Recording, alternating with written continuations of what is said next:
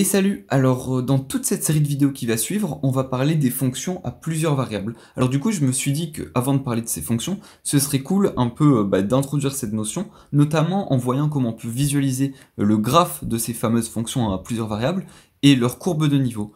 Alors du coup, c'est parti. Juste, je précise avant de commencer que quand on a R comme ça, on peut l'écrire aussi R puissance 1. Donc ça, voilà, c'est quelque chose à savoir pour la suite de cette vidéo. Et un autre truc à savoir, pour être plus précis, c'est qu'en vrai, on analysera principalement les fonctions de plusieurs variables, mais de R puissance n vers R puissance 1. Alors on va bien voir tout ça, mais du coup je vous propose, avant de voir les notions nouvelles, qu'on voie ce qu'on connaît déjà.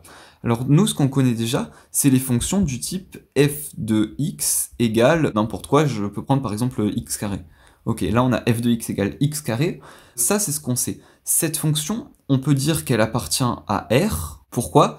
Parce qu'on a en fait qu'une seule variable, on n'a qu'une seule lettre ici qui est x. Là par exemple, on a deux variables, on a x et y, donc on dit qu'elle appartient à R puissance 2. Et on peut généraliser, si on a x1, x2, x3, etc. jusqu'à xn, on peut dire que ça appartient à R puissance n. Alors encore une fois, là j'ai écrit R, mais on aurait très bien pu écrire R1, ça change absolument rien, là on comprend. Donc du coup, ça c'est pour la fonction. Un petit truc, c'est par exemple, si j'avais écrit cette fonction-là, f de x est égal à x carré x plus 1. Ça c'est totalement possible, on l'avait vu l'année dernière. On peut dire qu'elle appartient à R étant donné qu'elle a une variable, mais en fait c'est un peu embêtant, parce qu'on perd cette information que là, on a deux dimensions, on n'a plus une dimension. Alors pour pallier à ça, ce qu'on fait généralement, c'est qu'au lieu d'écrire la fonction comme ça, on l'écrira de cette façon, f de R dans R2, étant donné qu'il y a deux lignes ici, à x va associer donc x carré et x plus 1. Donc ça c'est pour l'exemple, mais ça vous permet de voir ce que sont ces fonctions de R dans R, quelque chose de différent de 1. Évidemment, là je peux faire une application comme ceci avec R2. Par exemple, on peut prendre la fonction f de R2 dans R, je vais reprendre R2 par exemple, qui a x, y, comme ceci. Là on a deux variables, on est bien dans R2, associées, et là on prend n'importe quoi avec deux lignes également, par exemple x plus y et y plus 1, je dis n'importe quoi. Mais ça, c'est un peu des rappels par rapport à ce qu'on avait vu l'année dernière. Donc ça, c'était un peu le point de notion.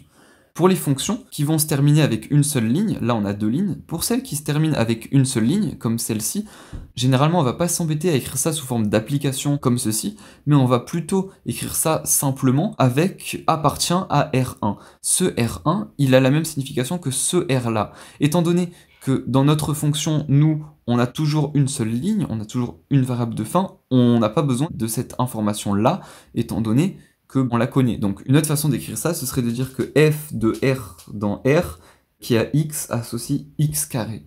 Donc voilà, là, étant donné que on a une ligne à la fin, on n'a pas besoin de cette information-là. Par défaut, on considère que si on la donne pas, ça veut dire qu'on n'aura qu'une seule ligne à la fin, qu'on arrive dans une seule dimension. Et du coup, au lieu d'écrire cette façon barbare-là, on écrira directement f de x égale x carré, et on dira appartient à R, étant donné que là, on avait un R. Évidemment, si elle appartenait à R2, comme c'est le cas ici, en vrai, on aurait deux R2 dans R, comme ceci. Donc ça, c'était un peu tout ce qui était rappel. Maintenant, on va s'intéresser au graphe. Donc, on va s'intéresser d'abord à ce graphe-là. Si je dessine le graphe de la fonction, donc x carré, il ressemble un peu à un truc comme ça, voilà, donc là, c'est dessiné vite fait. Et en fait, on se rend compte que pour le graphe, donc là on aurait x et là on aurait f de x, et pour le graphe, on va se rendre compte qu'il nous faut deux dimensions. Alors comment on peut expliquer ça? Et en fait, ce qui se passe, c'est que la dimension du graphe, elle sera égale à la somme des dimensions de départ et d'arrivée. Par exemple, f de x, il appartient à R, donc il est de dimension 1. X carré, il appartient également à R, donc il est aussi de dimension 1. Si on fait la somme des dimensions de départ et d'arrivée, donc 1 plus 1, ça nous fait 2. Donc du coup, le graphe, il sera de dimension 2. Et dans le cadre bien précis de cette vidéo, ce qui va se passer, c'est que, étant donné qu'on veut visualiser le graphe des fonctions de R puissance n vers R puissance 1, et en fait, la dimension de départ, ce sera R puissance n. La dimension d'arrivée, ce sera R puissance 1. Donc du coup, le graphe, il sera de dimension n plus 1. On additionne la dimension de départ et d'arrivée. C'est pour ça qu'en pratique, dans le cadre des fonctions de r puissance n dans r puissance 1, il faudra toujours ajouter une dimension à la fonction pour visualiser son graphe. Et là, c'est ce qu'on peut remarquer ici. Pour les fonctions dans R2, et ben là, on a 2 dimensions et on représente sous la forme d'un truc en 3 dimensions. Vous voyez bien, ça c'est une figure en 3 dimensions. Alors une petite subtilité, c'est que là on représente cette figure en 3 dimensions, mais on la représente sur une feuille, et une feuille, elle est en 2 dimensions. Donc ce qui se passe, c'est que c'est pas de la 3e dimension ça, mais c'est de la 3e dimension projetée sur de la 2e dimension. Donc c'est pour ça, on perd un peu les informations, mais notre cerveau, on va dire ça comme ça, il arrive à reconstruire les informations qu'on n'a pas vraiment. Maintenant, si on revient à ce que je vous ai dit tout à l'heure, je vous ai dit qu'on s'attaquerait principalement aux fonctions à 2 et 3 variables. Et là, je vous ai représenté aucune fonction à 3 variables, étant donné que là, il y a 2 variables, et là, d'ailleurs, il y a 2 variables aussi, donc elle appartient à r puissance 2. Alors pourquoi je vous ai représenté que des fonctions à 2 variables et je vous ai pas représenté une fonction à 3 variables? En fait, ce qui se passe, c'est que les fonctions à 3 variables, pour représenter leur graphe, il faudrait 4 dimensions. Or, la 4e dimension, elle n'existe pas vraiment. Nous, on vit dans la 3e dimension. Donc c'est possible de se représenter la 4e dimension avec des ombres, des lumières et tout. Mais se représenter la 4e dimension sur une feuille, sur un plan en 2 dimensions, c'est assez compliqué, donc pour rester simple, je suis resté dans les fonctions à 2 variables. Mais sachez que toutes les propriétés qu'on verra par la suite, elles s'appliquent pour toutes les fonctions, même celles qu'on aurait du mal à représenter. Donc pour les fonctions à 5, 6, 7 dimensions, même si là ce serait quasiment impossible de les représenter, les propriétés qu'on verra par la suite fonctionneront quand même. Donc du coup, ça c'était pour la partie introduction du graphe et tout. Maintenant, on va voir concrètement quel est le lien entre ce graphe-là et cette fonction. C'est vrai, ça paraît assez bizarre, quel est le rapport entre cette fonction-là et ce graphe-là? Alors, une façon assez intuitive de faire le rapprochement entre les deux, ce serait de prendre x égale 0 et y égale 0. Alors si on a x égale 0, du coup f de 0y, parce que x égale 0, donc là je peux écrire 0, ça va être égal à quoi?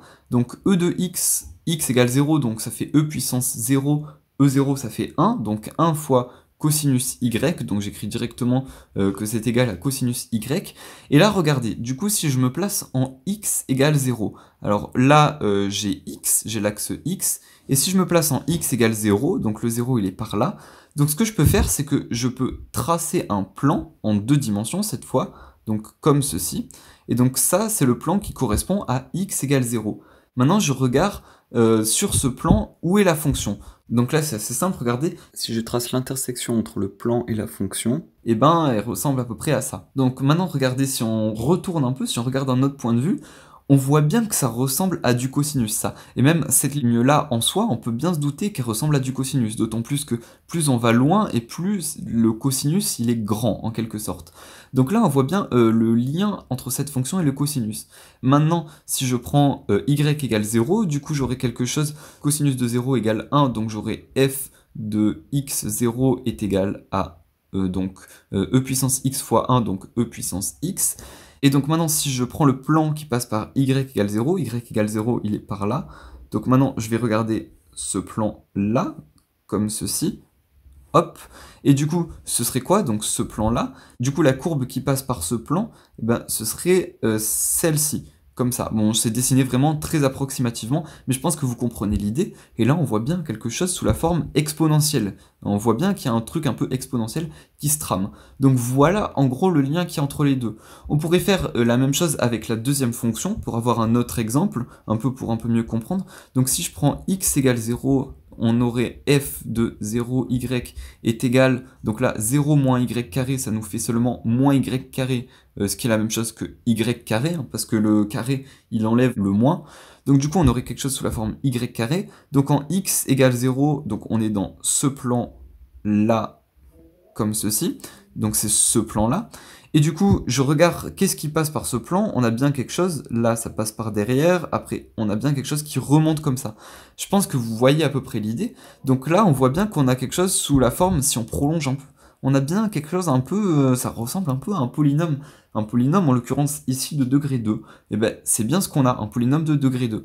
Si je prends cette fois en y égale 0, donc j'aurai f de 0, f de x0 est égal, donc x carré cette fois, et donc si je prends en y égale 0, donc ce serait le plan, ce plan-là, hein, bon c'est dessiné très à peu près, et si je regarde ce plan, et ben là on passerait par là on descendrait, et là on remonterait un peu, vous voyez là on a une légère courbure, donc du coup on aurait aussi quelque chose sous la forme un peu d'un polynôme de degré 2.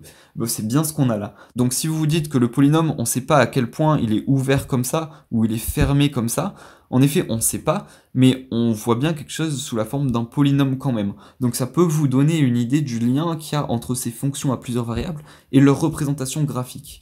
Alors l'idéal pour la représentation graphique, c'est d'aller sur le site que je vous mettrai en description, et là vous pourrez rentrer directement votre fonction, et vous aurez directement accès à la simulation numérique, donc ce qui vous permettra de encore mieux appréhender cette fonction. Mais on ne vous demandera jamais à vous de représenter un tel graphe, c'est quelque chose de beaucoup trop compliqué. Ce que fait l'ordinateur, c'est qu'il va regarder chaque point. Nous, on n'aura jamais le temps de regarder chaque point. Maintenant, pour les courbes de niveau, ce qu'on va faire, c'est qu'on va regarder, pareil, les plans, mais sauf qu'au lieu de regarder les plans comme ça ou comme ça, on regardera les plans horizontaux, donc dans la direction dans laquelle ne se situe pas, entre guillemets, notre variable. Donc là, par exemple, si j'appelle cette hauteur Z, on va regarder le plan qui est associé à Z, et si je prends par exemple Z égale 0, eh ben, j'aurai un plan comme ça. Et dans ce plan, qu'est-ce qu'on a? Alors si on regarde la simulation numérique, voilà à quoi ça ressemble, et du coup, suivant cette représentation des lignes de niveau, on aurait des trucs comme ça. Maintenant, si je vais en Z égale 1, donc je monte un petit peu plus, comme ça, et ben qu'est-ce que j'aurai? Là, regardez, j'aurai cette partie, cette partie, cette partie, etc. Bon, ça devient très brouillon, mais je pense que vous comprenez. Et ces parties-là, on va les représenter ici. Si je prends Z égale 2, par exemple, et ben donc si je monte encore un peu plus, là, on passerait par ça, par ça, par ça, etc. Donc, maintenant, si je mets tout sur le même plan, regardez, on aurait en fait ces petits ronds-là qui seront ensemble sur le même plan. Je peux faire peut-être la même chose sur ce graphe. Je suis littéralement en train de rendre ces graphes totalement invisibles, mais bon, l'idée c'est que à la fin de cette vidéo, vous ayez compris cette histoire de courbe de niveau. Pour la méthode, on la verra dans une prochaine vidéo, ça ce sera pas un souci. Donc si je prends ce graphe, là on se rend compte qu'il y a une droite là et une droite là. Si je monte un petit peu plus, là, on se rend compte qu'il y aurait une droite là et une droite là, etc. Et en fait, ces droites, si je les regarde dans un plan, on voit bien des droites comme ça. Donc ça, c'est une façon un peu intuitive pour vous de vous représenter les courbes de niveau. Et bien évidemment, là, à chaque fois, j'ai monté, et là aussi j'ai monté, mais on peut aussi descendre. Hein. C'est-à-dire qu'on peut regarder à cet endroit-là, qu'est-ce qu'on a, on peut regarder à cet endroit-là, qu'est-ce qu'on a, etc. Et c'est ce qui nous donne ces courbes. En plus, là, ce qui est cool, c'est que vous avez la couleur, donc vous pouvez voir à quel point sont basses, entre guillemets, les courbes. Par exemple, là, on aurait cette droite, cette droite, cette droite, cette droite, cette droite, qu'on représente ici. En quelque sorte, c'est pour ça que là, on en a une bleue, une jaune, une orange, etc. Bleu, jaune, orange, etc. Sauf que là, ce qui s'est passé, c'est qu'au lieu de monter aussi rapidement, pour cette représentation, on est monté bien plus doucement. On est monté plus comme ça, en représentant les plans comme ça. C'est pour ça qu'on a plus de droites. Mais suivant comment vous allez monter vite ou pas, vous aurez beaucoup de droites ou pas. Mais encore une fois, on verra cette méthode dans une prochaine vidéo. Donc maintenant, on a à peu près fait le tour avec tout ce que je voulais rappeler à propos des fonctions de Rn dans R, leur graphe et leur courbe de niveau. Donc si vous avez tout bien compris, vous pouvez lâcher un like, ça fait super plaisir. Si vous avez des questions, vous pouvez les laisser dans les commentaires. Et nous, du coup, on se retrouve dans toutes les prochaines vidéos où on reverra certains points, on regardera d'autres méthodes, on verra où est-ce que tout ça nous mène. Du coup, on se retrouve dans les prochaines vidéos. Du coup, à tout de suite.